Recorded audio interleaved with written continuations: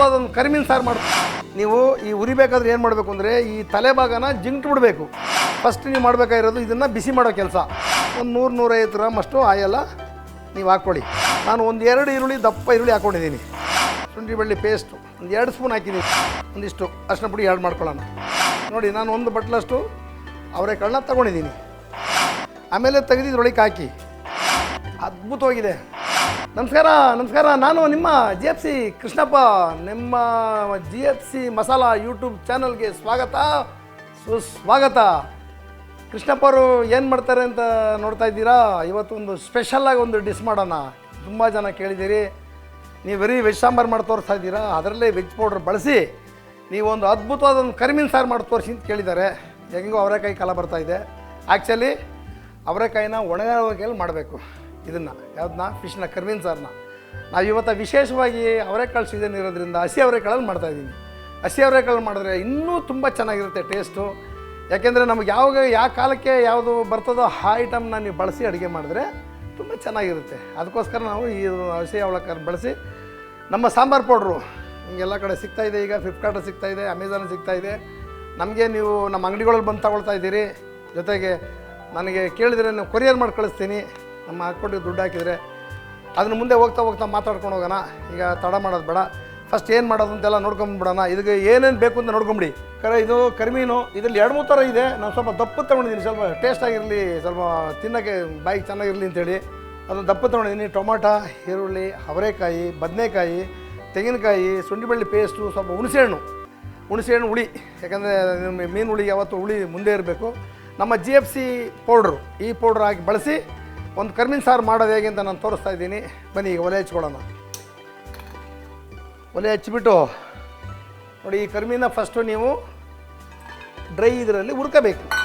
ಚೆನ್ನಾಗಿ ಬಿಸಿ ಆಗಂಗೆ ಹುರ್ಕೊಂಡ್ರೆ ಅದರದ್ದು ಸ್ವಲ್ಪ ಈ ಮೀನಂದರೆ ಗೊತ್ತಿರುತ್ತಲ್ವ, ಕೌಚಿರುತ್ತೆ, ಒಂಥರ ಸ್ಮೆಲ್ ಇರುತ್ತೆ. ಅದನ್ನೆಲ್ಲ ನೀವು ಇದನ್ನು ಚೆನ್ನಾಗಿ ಫ್ರೈ ಮಾಡಿ ನೀರಲ್ಲಿ ತೊಳ್ಕೊಂಡ್ರೆ, ಬಿಸಿನೀರು ಪಕ್ಕದಲ್ಲಿ ಇಟ್ಕೊಳ್ಳಿ. ನೋಡಿ ನಾನು ಇಲ್ಲಿ ಪಕ್ಕದಲ್ಲಿ ಆಲ್ರೆಡಿ ಬಿಸಿನೀರು ಇಡ್ತಾಯಿದ್ದೀನಿ. ಲೈಟಾಗಿ ಉರಿಟ್ಟು ಬಿಸಿನೀರು ಇಟ್ಬಿಡಿ. ಇದನ್ನು ಎಲ್ಲ ರೆಡಿ ಮಾಡಾದಮೇಲೆ ನೀವು ಈ ಉರಿಬೇಕಾದ್ರೆ ಏನು ಮಾಡಬೇಕು ಅಂದರೆ ಈ ತಲೆ ಭಾಗನ ಜಿಂಕ್ಟ್ ಬಿಡಬೇಕು. ನೋಡಿ ನಾವೆಲ್ಲ ಪೂರ್ತಿ ಎಲ್ಲನೂ ಜಿಂಕ್ಟಿದ್ದೀವಿ, ನೋಡ್ಕೊಳ್ಳಿ. ಈ ತಲೆ ಇದೆಯಲ್ಲ, ತಲೆನ ಬಾಲನ ಜಿಂಕ್ಟ್ಬಿಟ್ಟು ಆಮೇಲೆ ನೀವು ಫ್ರೈಗೆ ಹಾಕಬೇಕು. ಯಾಕೆಂದರೆ ತಲೆ ಸಮೇತ ಹಾಕಬೇಡಿ. ತಲೆಯಲ್ಲಿ ಸ್ವಲ್ಪ ಮಣ್ಣು ಇರುತ್ತೆ ಇದರಲ್ಲಿ, ಆಮೇಲೆ ಅದು ಚೆನ್ನಾಗಿ ಟೇಸ್ಟ್ ಇರೋಲ್ಲ. ಅದಕ್ಕೋಸ್ಕರ ಏನು ಮಾಡಬೇಕು ಅಂದರೆ ಇದನ್ನು ಒಂದು ತಲೆ ಭಾಗನ ಕಟ್ ಮಾಡಿಬಿಡಿ. ಕಟ್ ಮಾಡಿಬಿಟ್ಟು ಇದು ಚೆನ್ನಾಗಿ ಬಿಸಿ ಮಾಡ್ಕೋಬೇಕಿದ. ಚೆನ್ನಾಗಿ ಸ್ವಲ್ಪ ಬಿಸಿ ಆಗಲಿ, ಲೈಟಾಗಿ ಬಿಸಿ ಆಗ್ಬೇಕು. ಹಿಂಗೆ ಮೇಲೆ ಕೆಳಗೆ ಸ್ವಲ್ಪ ಚೆನ್ನಾಗಿ ಫ್ರೈ ಮಾಡಿಕೊಂಡ್ರೆ ನೀವು ಆ ಬಿಸಿ ಆಗ್ಬಿಟ್ಟು ಆ ಬಿಸಿನೀರಲ್ಲಿ ಹಾಕಿದ್ರೆ ನಿಮ್ಗೆ ಆ ಬಿಸಿನೀರು ಉಣಿತಾ ಇರುವಾಗ ನೀವು ಸಾಂಬಾರು ಮಾಡ್ಕೊಬೋದು ಆರಾಮಾಗಿ. ಫಸ್ಟ್ ನೀವು ಮಾಡಬೇಕಾಗಿರೋದು ಇದನ್ನು ಬಿಸಿ ಮಾಡೋ ಕೆಲಸ. ಚೆನ್ನಾಗಿ ಬಿಸಿ ಆಗಲಿ. ಬಿಸಿ ಆದಮೇಲೆ ಮುಂದೆ ಮಾಡ್ಕೊಂಡು ಹೋಗ್ತಾ ಇರೋಣ, ಪಟ ಅಂತ ಎಲ್ಲ ಈ ಥರ ರೆಡಿ ಮಾಡಿ ಇಟ್ಕೊಂಬಂದು ನೀವು ಸಾಂಬಾರು ಮಾಡೋಕ್ಕೆ ಸ್ಟಾರ್ಟ್ ಮಾಡಿ. ನೀವು ಕರಿಮೀನನ್ನು ಸ್ವಲ್ಪ ದೊಡ್ಡ ಸೈಜ್ ತೊಗೊಂಡಿದ್ದೀನಿ. ಇದರಲ್ಲಿ ತುಂಬ ಸೈಜ್ ಬರುತ್ತೆ, ಒಂದು 3-4 ಸೈಜ್ ಬರುತ್ತೆ. ನಿಮ್ಗೆ ಯಾವ್ದು ಬೇಕಾದ ತಗೊಳ್ಳಿ. ಸ್ವಲ್ಪ ಕರಿಮೀನು ಬಾಯಿ ಸಿಗಬೇಕು, ಚೆನ್ನಾಗಿ ಸಿಗಬೇಕು ಅನ್ನಂಗಿದ್ರೆ ಸ್ವಲ್ಪ ದಪ್ಪ ಇರೋದು ತಗೊಳ್ಳಿ. ಇಲ್ಲಿ ಮಾರ್ಕೆಟ್ಗಳಲ್ಲೂ ಸಿಗುತ್ತೆ, ಕೆಲವರು ತಂದು ಮಾರ್ತಾರೆ, ನೋಡಿದ್ದೀರಲ್ಲ. ನಿಮಗೆ ಫಿಶ್ ಮಾರ್ಕೆಟ್ಗೆ ಹೋದರೆ ಅಲ್ಲೂ ಸಿಗುತ್ತೆ. ಆಮೇಲೆ ಈ ರೆಡಿಮೇಡ್ ಈಗ ಚಿಕನ್ಗಳು ಮಾರ್ತಾರಲ್ಲ, ಅವ್ರ ಹತ್ರನೂ ಇಂಥವೆಲ್ಲ ಮಾರ್ತಾರೆ. ಪ್ಯಾಕೆಟ್ಗಳಲ್ಲಿ ನೀವು ಮಾರ್ತಾರೆ. ಈ ಫ್ರೋಝನ್ ಚಿಕನ್ ಬರ್ತದಲ್ಲ, ಅವ್ರ ಕಡೆ ಹೋದರೂ ನೀವು ಅಲ್ಲೂ ಕೂಡ ನೀವು ಈ ಫಿಶ್ನ ತೊಗೋಬೋದು. ನೋಡಿ, ಇದು ಮೀನು ಸ್ವಲ್ಪ ಗಮ್ಮನ್ನಂಗೆ ಬೇಕಷ್ಟೇ. ಈ ಹಸಿ ವಾಸನೆ ಹೋಗಿ ಸ್ವಲ್ಪ ಘಮ ಅನ್ನಬೇಕು. ಆ ಸ್ಟೇಜ್ ಬರೋವರೆಗೂ ಸ್ವಲ್ಪ ಬಿಸಿ ಮಾಡ್ಕೊಳ್ಳಿ. ಯಾಕೆಂದರೆ ಗೊತ್ತಿರಲ್ಲ ಕೆಲವ್ರಿಗೆ, ಹೇಗೆ ಮಾಡೋದು ಅಂತಲೇ ಗೊತ್ತಿರಲ್ಲ. ನಾವು ಎಲ್ಲನೂ ನೀಟಾಗಿ ಹೇಳ್ಕೊಡ್ಬೇಕು. ಒಂದೊಂದು ಹೇಳ್ಕೊಟ್ರೆ ಅವ್ರಿಗೆ ಅನುಕೂಲ ಆಗುತ್ತೆ. ಕೆಲವರು ಗೊತ್ತೇ ಇರಲ್ಲ, ಹಂಗೆ ನಿಮಗೆ ಸೀದಾ ನೀರಿಗೆ ಹಾಕ್ಬಿಟ್ಟು ಸಾಂಬಾರ್ಗೆ ಹಾಕ್ಬಿಡ್ತಾರೆ. ಆ ಥರ ಹಾಕ್ಬಾರ್ದು. ನೋಡಿ, ಸ್ವಲ್ಪ ಈ ಬ್ಲಾಕ್ ಸರ ಬರಬೇಕು. ಸ್ವಲ್ಪ ಬಿಸಿಯಾಗಿ ಚೆನ್ನಾಗಿ ನೀವು ಬ್ಲಾಕ್ ಬಂದರೆ ತುಂಬ ಚೆನ್ನಾಗಿರುತ್ತೆ, ಟೇಸ್ಟಿಯಾಗಿರುತ್ತೆ. ನೋಡಿ, ಸ್ಟವ್ ಆಫ್ ಮಾಡಿಬಿಡೋಣ, ಸಾಕು. ಅದೇ ಬಿಸಿನಲ್ಲಿ ಸ್ವಲ್ಪ ಹೊತ್ತು ಇನ್ನೊಂದು ಸ್ವಲ್ಪ ಬಿಸಿ ಆಗಲಿ. ನಾನೀಗ ಸ್ಟವ್ ಆಫ್ ಮಾಡಿದ್ದೀನಿ. ಇನ್ನೊಂದು ಸ್ವಲ್ಪ ಹೊತ್ತು ಹಿಂಗೆ ಅದರಲ್ಲೇ ತಿರುಗಿಸಿ ಸ್ಟವ್ ಆಫ್ ಮಾಡಿಬಿಟ್ಟು ಇನ್ನೊಂದು 2 ನಿಮಿಷ ಆ ಬಿಸಿಗೆ ಇನ್ನು ಸ್ವಲ್ಪ ಅದು ಕರ್ಗಾಗಲಿ. ಅಲ್ಲಲ್ಲ ಸ್ವಲ್ಪ ಸುಟ್ಟಂಗೆ ಆಗಬೇಕು. ಆ ಸುಟ್ಟಂಗೆ ಆ ಬ್ಲಾಕ್ ಸೈಡ್ ಬಂದರೆ ತುಂಬ ಟೇಸ್ಟ್ ಇರ್ತದೆ. ಈಗ ನಿಮಗೆ ಈ ಮೀನೊಂದು ಸ್ಮೆಲ್ ಅಂತ ಹೇಳ್ತಿರಲ್ಲ, ಅದು ಅರ್ಧ ಹೋಗ್ಬಿಡ್ತಿದ್ರಲ್ಲಿ. ಯಾವಾಗ ನೀವು ಈಗ ಈ ಥರ ನೀಟಾಗಿ ನೀವು ಈ ಬಿಸಿನಲ್ಲಿ ಫ್ರೈ ಮಾಡ್ತೀರೋ ಅದ್ರ ಪರಿಮಳ ಸ್ವಲ್ಪ ಕಡಿಮೆ ಆಗುತ್ತೆ, ಸ್ವಲ್ಪ ಗಬ್ಬಂತ ಇರ್ತದಲ್ಲ, ಇದನ್ನು ಹೋಗ್ಸೋಕ್ಕೋಸ್ಕರ ಈ ಥರ ಮಾಡ್ಕೋಬೇಕು ನೀವು. ನೋಡಿ ಸ್ಟವ್ ಆಫ್ ಮಾಡಿಬಿಟ್ಟು ಇನ್ನೊಂದು 2 ನಿಮಿಷ ತಕ್ಷಣ ನೀರಿಗೆ ಹಾಕಬೇಡಿ. ಈ ಬಿಸಿನಲ್ಲೇ ಸ್ವಲ್ಪ ಇದು ಮಾಡ್ತಾ ಹೋಗಿ, ಸ್ವಲ್ಪ ಹಂಗೆ ಬಿಸಿ ಆಗ್ತಾ ಇರಲಿ. ಅವಾಗ ತಣ್ಣಗಾದಾಗ ನೀರು ಹಾಕ್ಕೊಂಡ್ರೆ ಆಯಿತು. ನೀವು ಸ್ವಲ್ಪ ಅಷ್ಟೇನು ಮಾಡಬೇಕು, ತಗೋಬೇಕು, ತಲೆನ ಕಟ್ ಮಾಡಬೇಕು, ಬಾಣಲಿಲಿ ಹಾಕಬೇಕು, ಫ್ರೈ ಮಾಡಿ ಬಿಸಿನೀರಿಗೆ ಹಾಕಬೇಕು. ನೋಡಿ ಇಲ್ಲಿ ಆಲ್ರೆಡಿ ಬಿಸಿನೀರು ಮಳ್ತಾ ಇದೆ, ಕುದೀತಾ ಇದೆ ಬಿಸಿನೀರು ಲೈಟಾಗಿ. ಈಗ ನೋಡಿ ಬಾಣಲಿನೂ ತಣ್ಣಗಾಯಿತು. ತಣ್ಣಗಾದಾಗ ನೀವೇನು ಮಾಡಬೇಕು, ಇದನ್ನು ಇದರೊಳಗೆ ಆ್ಯಡ್ ಮಾಡಬೇಕು. ನೋಡಿ ನೋಡಿ ಈ ಥರ ನೋಡಿ, ಅಲ್ಲಿ ನೀರಿಗೆ ಹಾಕಿದ ತಕ್ಷಣ ನೀರು ಕೂಡ ಹಂಗೆ ಕುದಿಯಂಗೆ ಬರುತ್ತೆ. ನೋಡಿ ಸ್ವಲ್ಪ ನೋಡಿ ಈ ಥರ ನೀರಲ್ಲಿ ಬಿಸಿನೀರಲ್ಲೇ ಸ್ವಲ್ಪ ಕುದಿಸ್ಕೋಬೇಕು. ನೀವು ಬಿಸಿನೀರಲ್ಲೇ ಸ್ವಲ್ಪ ಕುದಿಸ್ಕೊಂಡ್ರೆ ನಿಮಗೆ ಇದು ಚೆನ್ನಾಗಿ ಫ್ರೈ ಆಗಿ ಸ್ಮೆಲ್ಲೆಲ್ಲ ಹೋಗಿರುತ್ತೆ. ನೋಡಿ ಈ ಥರ ಅದು ಬಿಸಿನೀರು ಆಯ್ತು. ಈಗ ಬಿಸಿನೀರು ಒಂದು ಕುದಿ ಬರುವಾಗ ಇರಲಿ ಆರಾಮಾಗಿ, ಯಾಕೆಂದರೆ ಸ್ಮೆಲ್ ಚೆನ್ನಾಗಿ ಹೋಗಲಿ. ಕರ್ಮೀನ್ ಸಾರನ್ನು ಮಾಡ್ತಾಯಿದ್ರೆ ಹೇಗಿರಬೇಕು ಅಂದರೆ ಹಂಗೆ ಮಟನ್ ಸಾರು ಥರ ಇರಬೇಕು, ಆ ಥರ ಆ ರೇಂಜಲ್ಲಿ ಮಾಡಬೇಕು. ನೀವು ಕರ್ಮೀನ್ ಸಾರು ತಿಂತೀರ ಅನ್ನೋ ಫೀಲೇ ಬರಬಾರ್ದು. ಹೆಂಗಪ್ಪ ಇದು ಮಟನ್ ಸಾಂಬಾರು ಥರ ಇದೆಯಲ್ಲ, ಆ ಫೀಲಿಂಗ್ ಬರಬೇಕಿದೆ ನಿಮಗೆ. ಆ ಥರ ಪ್ರತಿಯೊಂದು ನಾವು ಹೇಳ್ಕೊಡೋರು ಕ್ಲೀನಾಗಿ ಹೇಳ್ಕೊಡ್ಬೇಕಷ್ಟೇ. ಗೊತ್ತಿರುತ್ತೆ ಕೆಲವ್ರಿಗೆ, ಗೊತ್ತಿಲ್ಲದವ್ರಿಗೆ ನಾವು ಹೇಳ್ಕೊಡೋಣ. ಎಲ್ಲ ನಮಗೆ ಗೊತ್ತಿದೆ ಅಂತ ನಾವು ಹೇಳೋಕ್ಕಾಗಲ್ಲ, ಗೊತ್ತಿಲ್ಲದವ್ರಿಗೆ ನಾವು ಹೇಳ್ಕೊಡೋಣ. ಅಕಸ್ಮಾತ್ ನಿಮಗೇನಾರ ಗೊತ್ತಿದ್ರು ನನಗೆ ಕಾಲ್ ಮಾಡಿ ಹೇಳಿ. ನಮ್ಮ ಚಾನಲ್ ನೋಡ್ತಾ ಇದ್ರೆ ಅದರಲ್ಲಿ ಕೆಳಗಡೆ ನೀವು ಕಾಮೆಂಟಲ್ಲಿ ಹಾಕಿ ಹಿಂಗಲ್ಲ ಹಿಂಗೆ ಅಂತೇಳಿ, ಅದನ್ನು ಕೂಡ ನಾವು ತಿದ್ದುಕೊಳ್ಳೋಕೆ ರೆಡಿ ಇದ್ದೀವಿ. ಯಾಕೆಂದರೆ ಅಟ್ಲೀಸ್ಟು ನಿಮ್ಮಿಂದನಾರ ನಾವು ಒಂದು ಹಲವಾರು ಮಾಹಿತಿಗಳನ್ನ ನಾವು ಕಲೆಕ್ಟ್ ಮಾಡ್ಕೊಂಡಂಗೆ ಆಗುತ್ತೆ. ಎಷ್ಟೋ ಜನ ಕಾಲ್ ಮಾಡಿ ಹೇಳ್ತಾರೆ ಈಗಲ್ಲ ಈಗ ಮಾಡಿ. ನಾವು ಅಡುಗೆ ಎಷ್ಟೇ ಕಲ್ತಿದ್ರು ನಾವು ಈ ಥರ ಎಲ್ಲ ಥರ ನೋಡಿ ಕಲ್ತಿರೋದು.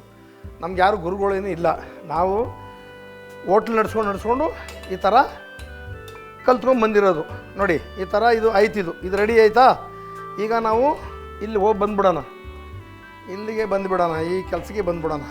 ಫ್ರೈ ಮಾಡಿ ಸಾಂಬಾರಿಗೆ ಬಂದುಬಿಡೋಣ. ಸಾಂಬಾರಿಗೆ ನಾವು ಫಸ್ಟ್ ಏನು ಮಾಡೋಣ ಅಂದರೆ, ಫಸ್ಟು ಸ್ಟವ್ವ ಹಚ್ಚಿಬಿಡೋಣ. ಈಗ ಇಲ್ಲಿ ಕರ್ಮೀನ್ ಹುರಿದು ಹಾಕಿದ್ದೀನಿ, ಅದ್ರ ಪಾಡ್ಗೆ ಅದು ನೆನೀತಾ ಇದೆ. ನೋಡಿ ಮುದ್ದಾಗಿದೆ ನೋಡಿ. ಈಗ ಎಷ್ಟು ಹಂಗೆ ಹುರಿದಂಗವಾಯಿತು, ನೋಡೋಕ್ಕೂ ಎಷ್ಟು ನೀಟಾಗಿದೆ. ಈ ನೀರಲ್ಲಿ ಇನ್ನೊಂದು ಸರಿ ತೊಳ್ಕೊಳ್ಳೋಣ. ಆಮೇಲೆ ತೊಳೆದ್ಬಿಟ್ಟು ಹಾಕಿದ್ರೆ ಇನ್ನೂ ತುಂಬ ಚೆನ್ನಾಗಿ ಬರ್ತದೆ. ನಮಗೆ ಸಾಂಬಾರಿಗೆ ಎಷ್ಟು ಬೇಕು, ಇದು ಒಂದು 5-6 ಜನಕ್ಕೆ ಆಗುತ್ತೆ ಸಾಂಬಾರು ನಾನು ಮಾಡಿರೋಷ್ಟು. ಒಂದು 100-150 ಗ್ರಾಮ್ ಅಷ್ಟು ಆಯಲ್ಲ ನೀವು ಹಾಕ್ಕೊಳ್ಳಿ. ಈರುಳ್ಳಿ 1-2 ಗೆಡ್ಡೆ ಹಾಕ್ಕೊಳ್ಳಿ, ಒಂದು ದಪ್ಪ ಗೆಡ್ಡೆನಲ್ಲ. ನಾನು ಒಂದು ಬಟ್ಲೆ ಹಚ್ಚಿಟ್ಕೊಂಡಿದ್ದೀನಿ.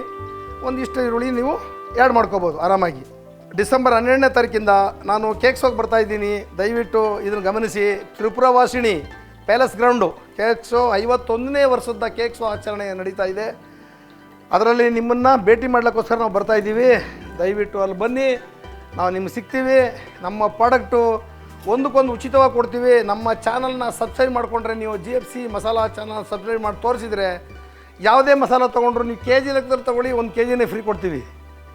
ಆ ಥರದ್ದು ಅಲ್ಲಿ ಅನುಕೂಲ. ಯಾಕೆಂದರೆ ನಾವು ಅಡ್ವರ್ಟೈಸ್ಗೋಸ್ಕರ ಬರ್ತಾ ಇರೋದು, ಇದು ಹಣಕ್ಕೋಸ್ಕರ, ನಮ್ಮ ಕಂಪ್ನಿ ಅಡ್ವರ್ಟೈಸ್ಗೋಸ್ಕರ. ನಾನು 1-2 ಈರುಳ್ಳಿ ದಪ್ಪ ಈರುಳ್ಳಿ ಹಾಕ್ಕೊಂಡಿದ್ದೀನಿ, ಸ್ವಲ್ಪ ಉಳಿಸ್ಕೊತೀನಿ, ಜಾಸ್ತಿ ಇದೆ ಇದು. ಚೆನ್ನಾಗಿ ಸ್ವಲ್ಪ ಫ್ರೈ ಮಾಡಿ. ನೀವು ಅಲ್ಲಿ ಕೇಕ್ ಶೋಗೆ ಬಂದರೆ ಡಿಸೆಂಬರ್ 12ರಿಂದ ಜನವರಿ 4 ತನಕ ನೀವು ಅಲ್ಲಿ ಬಂದರೆ, ನಾವು ಚಿಕನ್ ಬಿರಿಯಾನಿ 100 ರೂಪಾಯಿ ಕೊಡ್ತಾಯಿದ್ದೀವಿ, ಮಟನ್ ಬಿರಿಯಾನಿ 100 ರೂಪಾಯಿ ಕೊಡ್ತಾಯಿದ್ದೀವಿ, ಎಲ್ಲ ಲಾಲಿಪಾಪು 2 ಲೆಗ್ ಪೀಸ್ 100 ರೂಪಾಯಿ, 5 ಪೀಸ್ ಲಾಲಿಪಾಪು 100 ರೂಪಾಯಿ.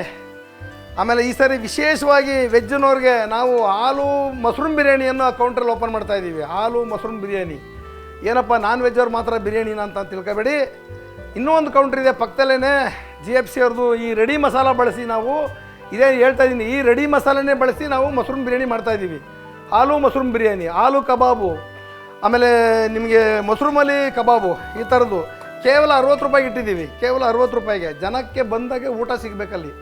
ಅದನ್ನು ನೋಡ್ಕೊಳ್ಳಿ. ಗಮನ ವೆಜ್ನವರು ಏನಪ್ಪ ನಾನ್ ವೆಜ್ ಮಾತ್ರ ಮಾಡ್ತಾಯಿದ್ದಾರಾ ಇವರು, ವೆಜ್ ಏನಿಲ್ವಾ ಅಂತ ತಿಳ್ಕೊಬೇಡಿ. ಇನ್ನೊಂದು ಕೌಂಟ್ರು ನಿಮಗೆ ಮಶ್ರೂಮ್ ಬಿರಿಯಾನಿ ಇದೆ. ಅವರು ಯಾರು ಬೇಕು ಅದನ್ನು ದಯವಿಟ್ಟು ನೀವು ಯೂಸ್ ಮಾಡ್ಕೋಬೇಕು.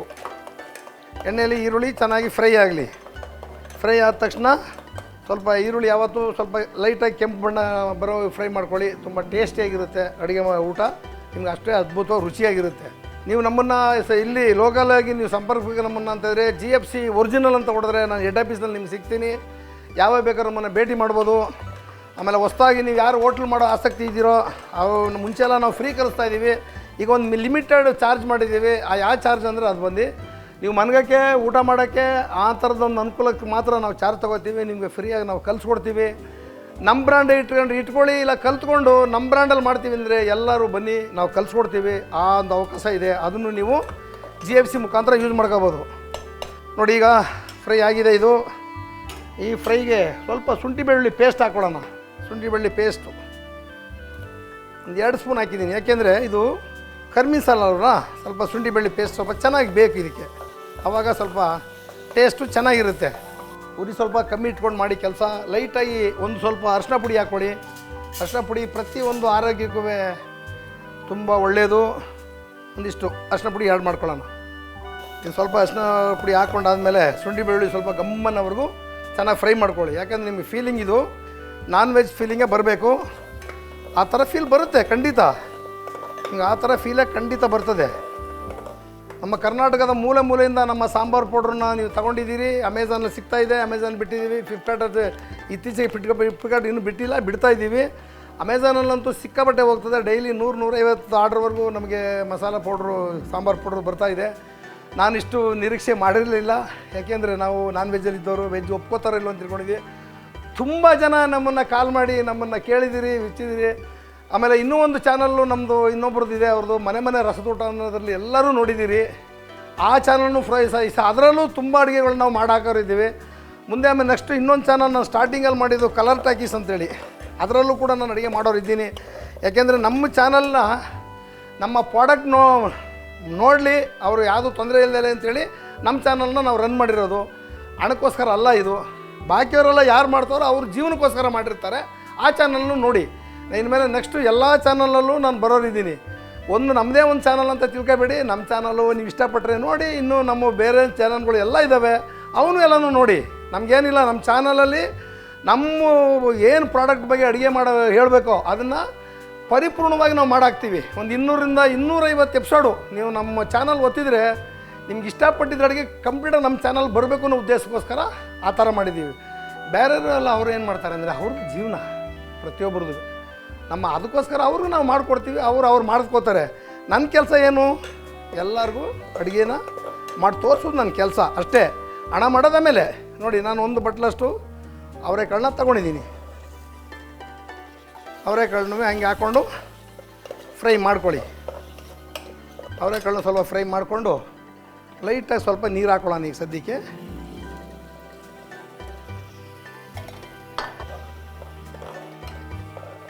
ಇದಾದಮೇಲೆ ಬದನೆಕಾಯಿ ಹಾಕ್ತಾಯಿದ್ದೀನಿ. ಬದನೆಕಾಯಿನೂ ನೀರಲ್ಲಿ ಯಾವತ್ತೂ ಬದನೆಕಾಯಿ ಹಚ್ಚುವಾಗ ಹಂಗೆ ಇಡಬೇಡಿ, ನೀರೊಳಗೆ ಮಡಗಬೇಕು ನೀವು. ಇಲ್ಲಾಂದರೆ ನೀವು ಹಚ್ಚಿದ್ದು ಒಂದು 2 ನಿಮಿಷಕ್ಕೆ ಅದು ಬ್ಲಾಕ್ ಸೈಡ್ ಬಂದ್ಬಿಡುತ್ತೆ. ಆ ಥರ ಆಗೋದು ಬೇಡ. ಅದಕ್ಕೋಸ್ಕರ ಏನು ಮಾಡಿದ್ದೀವಿ ಅಂದರೆ ನೀರಲ್ಲೇ ಇಟ್ಟಿದ್ದೀವಿ. ತೊಳೆದ್ಬಿಟ್ಟು ಒಂದು ಸರಿ ಹಚ್ಚಿ ಆಮೇಲೆ ನೀರಲ್ಲೇ ಮುಳುಗಿಸಿಡಿ. ಆಮೇಲೆ ತೆಗೆದು ಇದ್ರೊಳಗೆ ಹಾಕಿ ಲೈಟಾಗಿ ಫ್ರೈ ಆಯ್ತಾ ಇರಲಿ. ನಾವು ಅಷ್ಟರೊಳಗೆ ನಾವು ರುಬ್ಬೋ ಕೆಲಸ ಇದೆ. ಲೈಟಾಗಿ ರುಬ್ಕೊಂಬಂದ್ಬಿಡೋಣ. ಇದ್ರ ಜೊತೆಗೆ ಸ್ವಲ್ಪ ನೀವು ಒಂದು 2 ಸ್ಪೂನು ಇಲ್ಲಿ ಹಾಕ್ಕೊಳ್ಳಿ. ಆಮೇಲೆ ರುಬ್ಬಕ್ಕೆ ಸ್ವಲ್ಪ ಹಾಕ್ಕೊಳ್ಳೋಣ. ಇದ್ರ ಜೊತೆಗೆ ಒಂದು 2 ಸ್ಪೂನ್ ಇಲ್ಲಿರಲಿ. ಆಮೇಲೆ ರುಬ್ಬಕ್ಕೆ ಒಂದು 2 ಸ್ಪೂನ್ ಹಾಕ್ಕೊಳ್ಳೋಣ. ಇದ್ರ ಜೊತೆ ಎಲ್ಲ ಸೇರಿ ಫ್ರೈ ಆಯ್ತಾ ಇರಲಿ. ಈ ಮೀನನ್ನು ತೊಳೆದು ಇದ್ರೊಳಗೆ ಹಾಕ್ಕೊಳ್ಳೋಣ. ಇನ್ನೊಂದು ಸರಿ ನೀರಲ್ಲಿ ತೊಳ್ಕೊಳ್ಳಿ ಕ್ಲೀನಾಗಿ.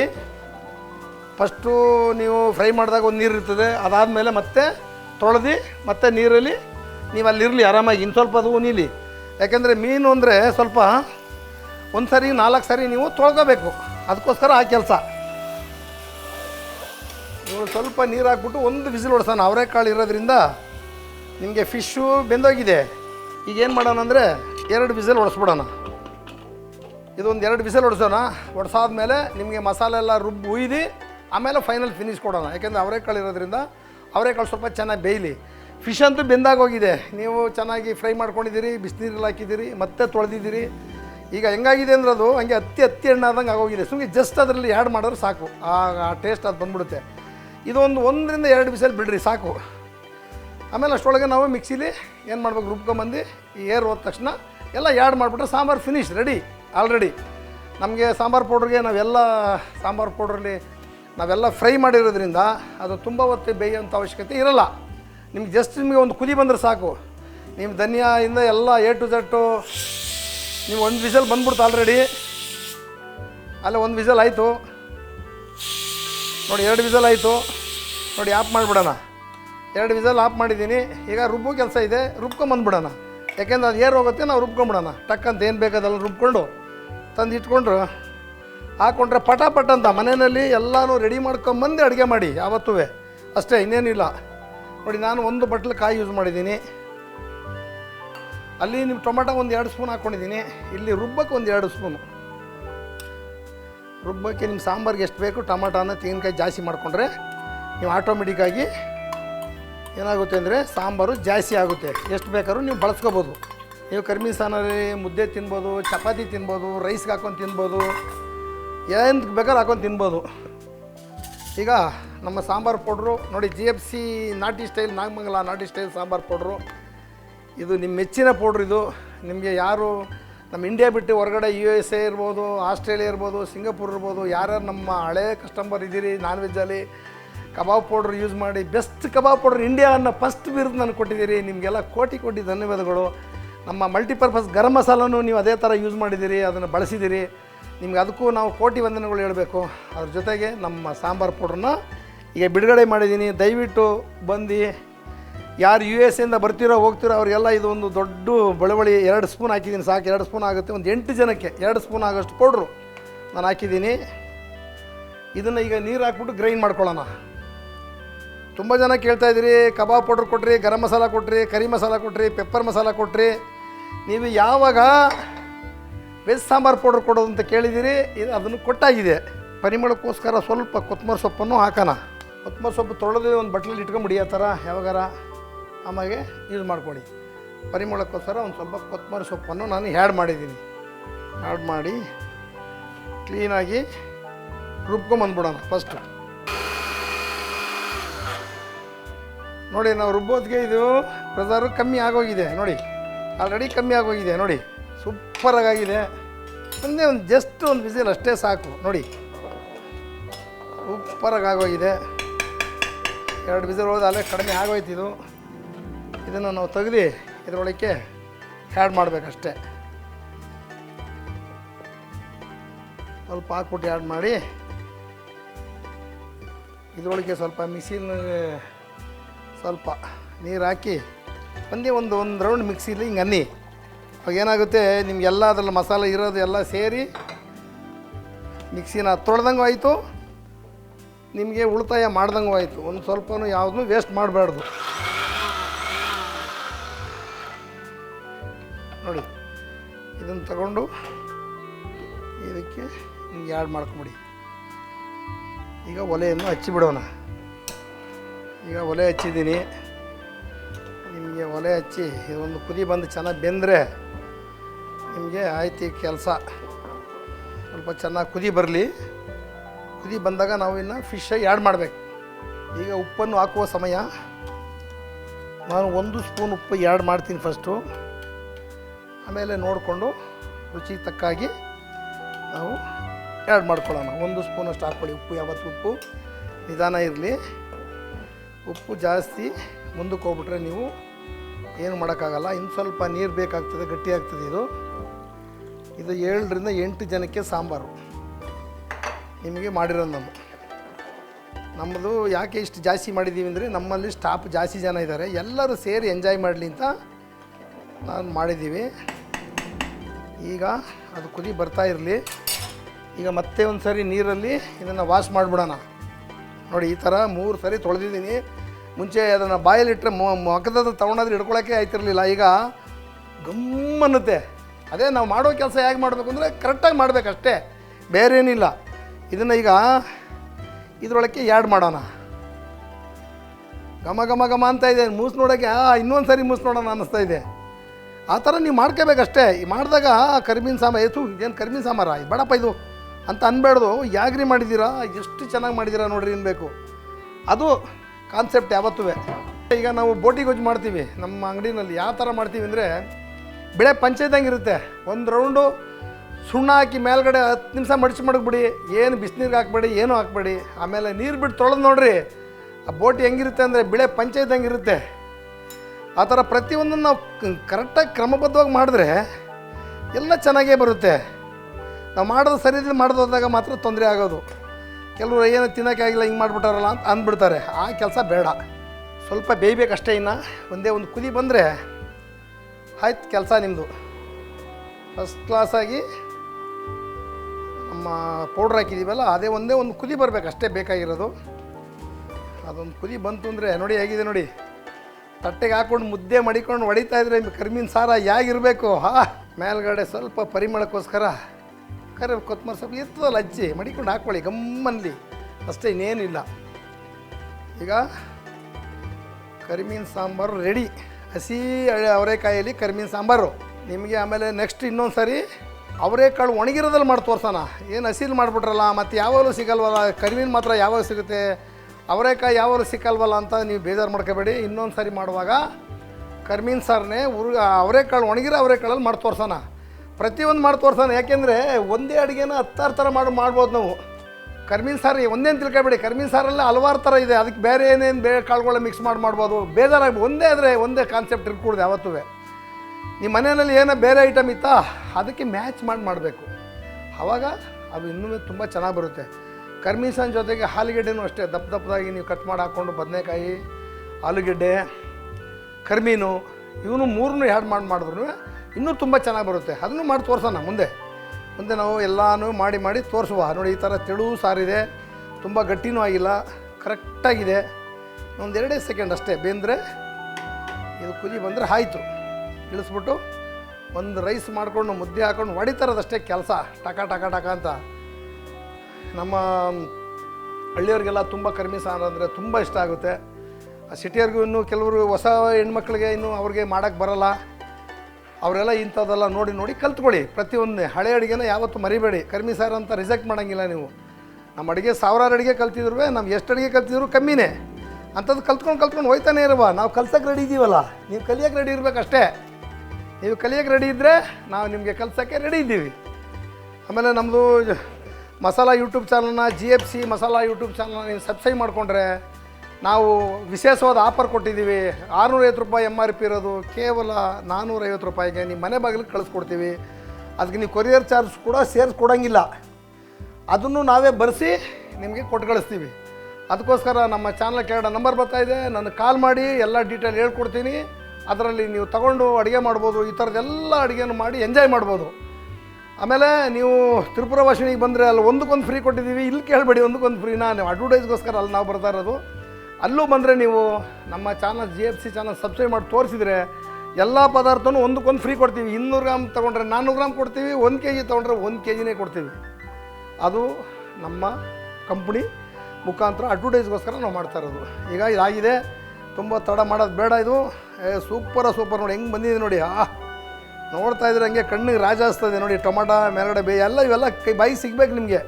ಹಂಗೆ ಬದನೆಕಾಯಿ ಇದು ಎಲ್ಲ ಸಿಗ್ಬೇಕು ನೋಡಿ. ಫಿಶ್ಶು ಅದು ಹಂಗೆ ಇದೆ. ಕರಿಮೀನು ಅದೇ ಥರ ಇದೆ. ಈಗ ಕುದೀತಾ ಇದೆ ಚೆನ್ನಾಗಿ. ಕುದೀತಾ ಇರೋದಕ್ಕೆ ನೀವು ಯಾವತ್ತೂ ಫಿಶ್ಗೆ ಸ್ವಲ್ಪ ಹುಳಿ ಬೇಕೇ ಬೇಕು. ಲೈಟಾಗಿ ಲಾಸ್ಟಲ್ಲಿ ಆ್ಯಡ್ ಮಾಡ್ಬೇಕು ನೀವು ಹುಳಿನ.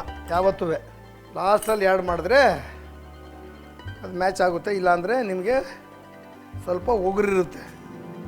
ಜಾಸ್ತಿ ಹೊತ್ತು ಬಾಯ್ಲ್ ಮಾಡಿದ್ರೆ ಒಗರು ಬಂದುಬಿಡುತ್ತೆ ನೋಡಿ. ಅಷ್ಟೇ ಒಂದೇ ಒಂದು ಕುದಿ ಸಾಕು. ನಾನೀಗ ಆಫ್ ಮಾಡ್ತಾಯಿದ್ದೀನಿ. ಆಫ್ ಮಾಡಿಬಿಟ್ಟು ಈಗ ನಾವು ಇದನ್ನು ಟೇಸ್ಟ್ ಮಾಡುವ. ಈಗ ನಾನು ಟೇಸ್ಟ್ ಮಾಡುವ ಸಮಯ ಬಂದಿದೆ.